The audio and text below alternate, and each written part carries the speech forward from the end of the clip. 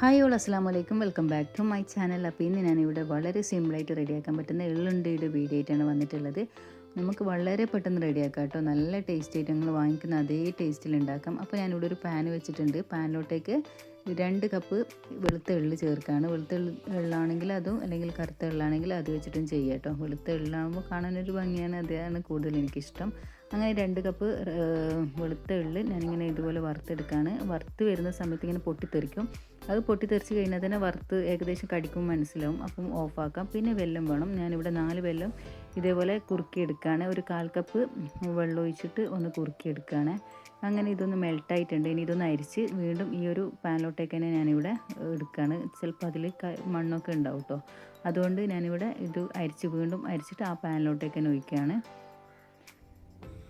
എന്നിട്ട് ഇതൊന്ന് നല്ലൊന്ന് തിളച്ച സമയത്ത് ഒരു ഒട്ടുന്ന പരുവുണ്ടല്ലോ, നമുക്കിപ്പോൾ ഒരു ചെറിയൊരു സ്പൂണിൽ ഒരു വെള്ളത്തിൽ ഒഴിക്കുമ്പോൾ വേറിട്ട് നിൽക്കുന്ന ആ ഒരു സമയത്ത് നമുക്ക് അതിലോട്ടേക്ക് വെളുത്ത എള്ള് ചേർത്ത് കൊടുക്കാം. വറുത്ത എള്ള് ഇതിലോട്ടേക്ക് ചേർത്ത് കൊടുക്കുകയാണ്. എന്നിട്ട് നല്ലതുപോലെ ഒന്ന് മിക്സാക്കി എടുക്കാം.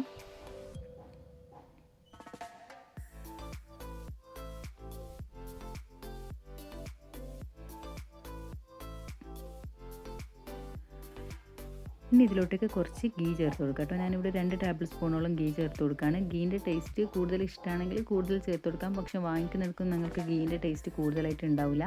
അതുകൊണ്ട് പിന്നെ കുറച്ച് ചേർത്ത് കൊടുത്താൽ മതി. ഞാനിവിടെ ഒരു 1.5 ടേബിൾ സ്പൂണോളം ചേർത്ത് കൊടുത്തിട്ടുണ്ട് കേട്ടോ. എന്നിട്ട് ഇതൊന്ന് മിക്സ് ആക്കിയിട്ട് എടുക്കുക. എന്നിട്ട് ഇതൊന്ന് ഇങ്ങനെ വേറിട്ട് വരുന്ന ആ ഒരു സമയം ഉണ്ടല്ലോ, ആ സമയത്ത് ഫ്ലെയിം ഒന്ന് ഓഫ് ചെയ്യാം. എന്നിട്ട് ഞാനിവിടെ ഒരു സ്റ്റീൽ പ്ലേറ്റിലോട്ടേക്ക് കുറച്ച് ഗീ ഒന്ന് തടവിയിട്ട് അതിലേക്ക് ഇട്ട് കൊടുക്കുക കേട്ടോ. പിന്നെ കുറച്ച് ചൂടോട് കൂടിയിട്ട് തന്നെ ബോൾസ് ആക്കണം. പിന്നെ നല്ല ചൂടോട് കൂടിയിട്ട് ബോൾസ് ആക്കിന് കൈ എന്തായാലും പൊള്ളു കേട്ടോ. അതുകൊണ്ട് ചെറിയൊരു ചൂട് മതി ഈ ബോൾസ് ആക്കി എടുക്കാൻ. അല്ലാണ്ട് ആ നല്ല ചൂടിൽ തന്നെ ബോൾസ് ആക്കി എടുക്കരുത്. അപ്പം വെള്ളമായതുകൊണ്ട് പെട്ടെന്ന് കൈ പൊള്ളിപ്പോവും. അതുകൊണ്ട് അതൊന്ന് ശ്രദ്ധിച്ചിട്ട് ബോൾസ് ആക്കി എടുക്കാം. അപ്പോൾ നമ്മളുടെ എള്ളുണ്ട വളരെ എളുപ്പത്തിൽ റെഡിയാക്കി എടുത്തിട്ടുണ്ട്. നല്ല ടേസ്റ്റ് ഉണ്ടായിട്ടുണ്ട്. അപ്പോൾ ഇതുപോലെ എന്തായാലും ട്രൈ ചെയ്യുക. എന്നിട്ട് ഫീഡ്ബാക്കൊക്കെ അറിയിക്കാം.